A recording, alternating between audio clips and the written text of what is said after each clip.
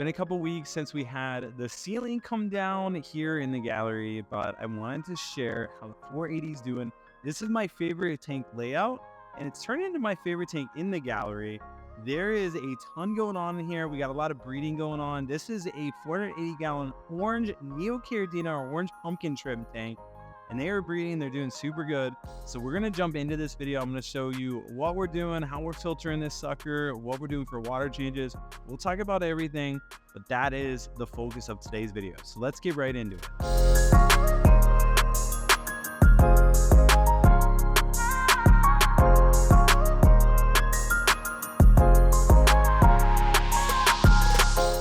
What is going on, guys? This is Rob with Flipaquatics, and today we're in the gallery. You can see behind me we had the disaster that happened a couple weeks ago. Literally crap raining. We'll put the link down below for the video of like what actually happened, but we won't talk about that. So today we're talking about the 480 gallon. So DJ M is behind the camera. She was a huge part of actually escaping this aquarium, and this thing is looking absolutely phenomenal. So this is a crip only tank. We have, I think it was the manzanita wood. It was like the real thick branch type stuff. And we let this tank go for like, I want to say 2 weeks until we officially filled it up all the way. And we had a ton of like biofilm growing, like pretty much mold growing on the driftwood everywhere. We filled it up like a little bit of the way to make sure nothing floated, a little bit more to make sure nothing floated, all the way. You'll see we still have rocks sitting on the driftwood. We could probably take those out now. It's been about, I would say 2 months since we set this up, and we added roughly about 500, I would say 500 to 1,000, but I wanted it to be 1,000. I think it was more like 500 orange neocaridina shrimp, or orange pumpkins, that's what we call them. And they got this tank looking good. There's still a little algae on the glass from like having the grow lights on here, but this isn't the permanent setup. Like we just put some, I don't even know what these are, like 6 amp lights. I don't know how many watts they are, but they're literally grow lights for our moss system, and we just had a couple extras, so we put them on there just so we could have something for the crips. And we don't even have the official light layout for that, so that's basically what's going on. But you'll see the crips are looking absolutely phenomenal, but there's literally like these spots of algae where there's just like tons of pond snails, which we're fine with because we know that over time the pond snails are going to get out competed by the shrimp and the population will balance out. But right now they're helping with algae control. And then there's little babies all over the place. Almost every adult that you see in here, shrimp-wise, that is a female, is berried or saddled. I would say there's at least 100 berried ones in here. It's just doing so good. So we'll go through and we'll talk about some things. So let's first talk about the crips. So almost all these crips, when we put them in here, they were grown above water, so they transitioned. And now you're starting to get the below water growth, which, you know, there's a lot of little leaves that like get the real cool crinkle to it. You can see like the crip spiralis is like flowing through the water. So we're really pumped about that. And yeah, it's just going really good. We haven't dosed this tank with any fertilizer yet. We're going to start. We just wanted to kind of like let it all balance out, see how it was doing. Right now the fish are eating their, or the shrimp are eating their pooping. That's providing enough fertilizer for it. And we're probably going to start dosing this soon. But as far as filtration, underneath this tank, we have a 40-gallon sump, which we can walk around here, and we don't actually have like any sponge media down here at all yet.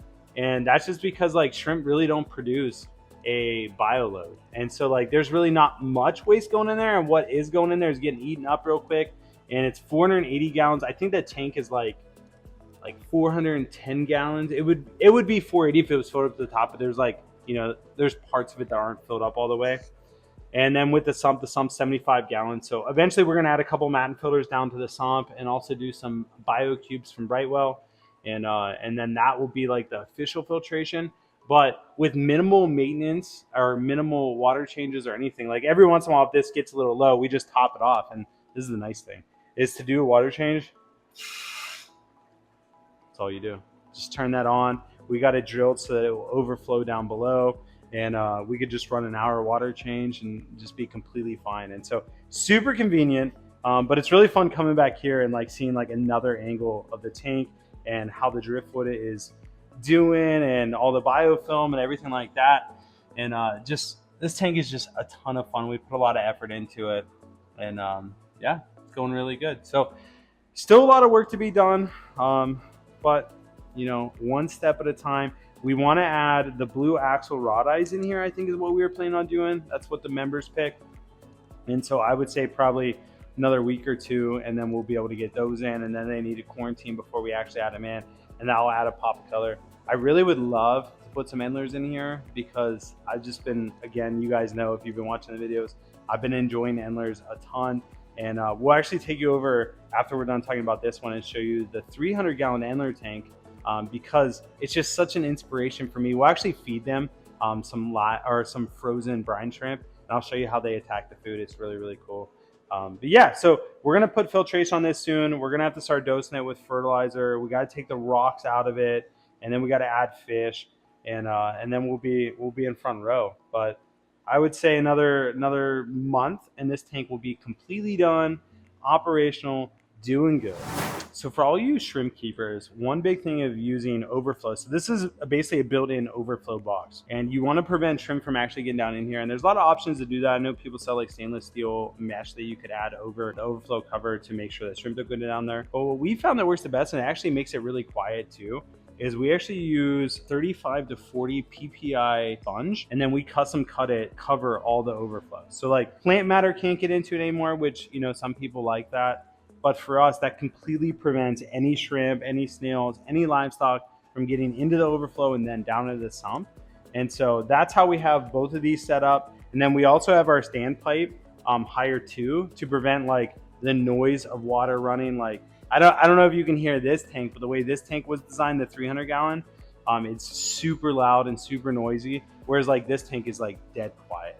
So this was initially in my office in the back building. Now it's in the front gallery, and my office is upstairs. I would love to have this upstairs in my office, but I would say it weighs a little bit too much to be on the second floor. So I did want to share that little piece of advice. You could get these mat filters and cut them down, and then use those just pressure fitted to cover your overflows. So another fun thing that is an interesting fact about this tank. When we initially set it up, there was a ton of biofilm, ton of algae. And so we didn't feed this tank. I still don't think we're feeding it on a normal basis. I fed it today because I want to show you how many shrimp there are in there and how they're all buried. Hopefully they'll come up to it. But when you first set up a tank, your driftwood and your leaves and things that are in your tank are going to leach sugars into the water, which is going to create biofilm. It's going to look like mold, and the shrimp are going to eat that. So my way of making sure the shrimp actually ate all that and cleaned up the tank was to not feed them. And they're doing phenomenally well. So it just shows you that there is a lot of food in the tank naturally, and then you only have to supplement it at a certain point. So I just put a couple of these in there. I just use mineral junkie. This is from Glass Gardener, Garnellenhaus, Glass Garden, however you want to say it. But it's a German company. We don't actually have any of this in stock right now, so you can find it on Amazon. Eventually we'll have it back in stock and you can get it from our website. But it's really good mineral food. So I just threw a couple in there while we let them gather up to the food and actually show you how many are in there. Let's check out the 300-gallon tank and feed those guys too. So this is the 300-gallon assorted endler tank. I love this tank. I got some this is just Hikari baby brine shrimp. I'm just gonna feed a mini cube to them, and you'll see these guys go absolutely crazy for it. So I think this is fun because all the adults and like the bigger babies will actually attack the cube up top, and then the water current will like throw the excess that is falling down to like this area of the tank, and then you'll see all the little babies, like the newborns, they're gonna eat off of that. So I love just throwing a cube in here. We started this tank with, I want to say 100, maybe 125 adults. As far as I know, we haven't lost any, or maybe we lost like one or two like when we initially got them. But as far as babies now, like there is literally a ton.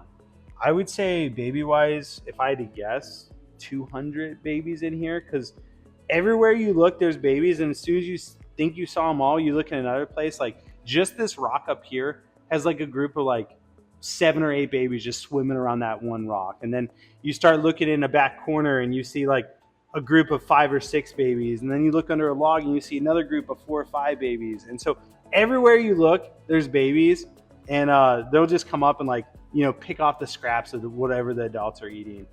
So this tank has been set up for, I want to say a little over a year.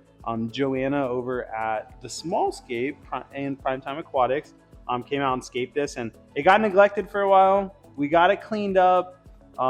It's M's favorite part is still the rocks. that are on there from when we escaped it to make sure the rock didn't float. So there's 3 in there. They actually need removed, even though M really likes it. And yeah, and now this is dwarf chainsword, or I feel like it's dwarf chainsword. It might be um, dwarf Sagittaria also. I just forget which one we escaped it with. But like it's doing this nice little carpet. We got a little one that's starting over there. We need to get it going this way, and it's just really cool how this tank's coming together. It is literally like if I had to pick one tank to have in my office, it would actually be this one over the 480 because I really enjoy the babies and like the breeding and like feeding them and just how active they are. Although I do really like the tank layout of the 480 better. But if I could just take all these fish and put them in the 480, then the 480 would be my favorite. But it's just really cool, and it's all the pops of colors. Like we got these really cool like blue ones in here that have like almost like the peacock top fin, and yeah, is going really good. So love seeing the breeding, love seeing this tank come together. But let's jump back over to the 480 and see what's going on with the mineral. Back from lunch, I just ate a really good meal. Like Cracker Barrel delivered. It was delicious. So I let these guys gather up. There's not as many as I thought there would be. I'm not gonna lie, because they're obviously still pretty content with whatever's in there. But I do want to show you the ones that did gather up, and you can see the ratio of berried versus not berried, and like just how many babies there are in here. So let me show you. Look at these guys. So there's, I don't know, maybe 15 here. And you can see, like, look at this girl. Berried as can be. I want to see, I know I saw a bunch of babies, but now that I'm actually looking for them on the camera, I don't see too many. But, oh, there's maybe a little one right there. Maybe. But pretty much all these are berried. I think there's maybe 2. Like that one back there. That is in. Maybe that one on the rock. No, I think that one is too. So pretty much they're all berried. And I'm loving this stone. This is from, I want to say Carib Sea. And just a really pretty stone. So these guys are just munching down. They're enjoying their lunch. But there is still just a ton of tank space. So for them to find this little section, I mean, they're all content all over the tank. Like literally everywhere you look, there's a berried one. Here's a male. Obviously, he's not berried. They're just looking really good, doing their thing. There's a berried one hiding under there. Look at that. And so I would say in a month, maybe we'll have this tank just full of orange pumpkins. Oh, there's a little baby just went across. Look at that little guy. So this tank is just doing so good. I'm absolutely loving it. And I'm excited to see what this thing looks like in about a month. So that's what I got for you guys. Hopefully you enjoyed. Little update on the 480 gallon, even the 300 gallon. I freaking love that tank too. So my 2 favorite tanks. I'm excited to get the rest of these tanks set up in here. We got to get the ceiling fixed. There's a couple things that need to happen before all that. Our birthday is coming up. It's literally like 3 weeks away. It's crazy. So there's just a lot of stuff going on. So we're going to get these set up as soon as we can, as fast as we can. But hopefully you guys did enjoy this video. Huge shout out to DJM for filming it and being a part of it. You guys make it a great day as always. God bless. We'll catch you on the flip side.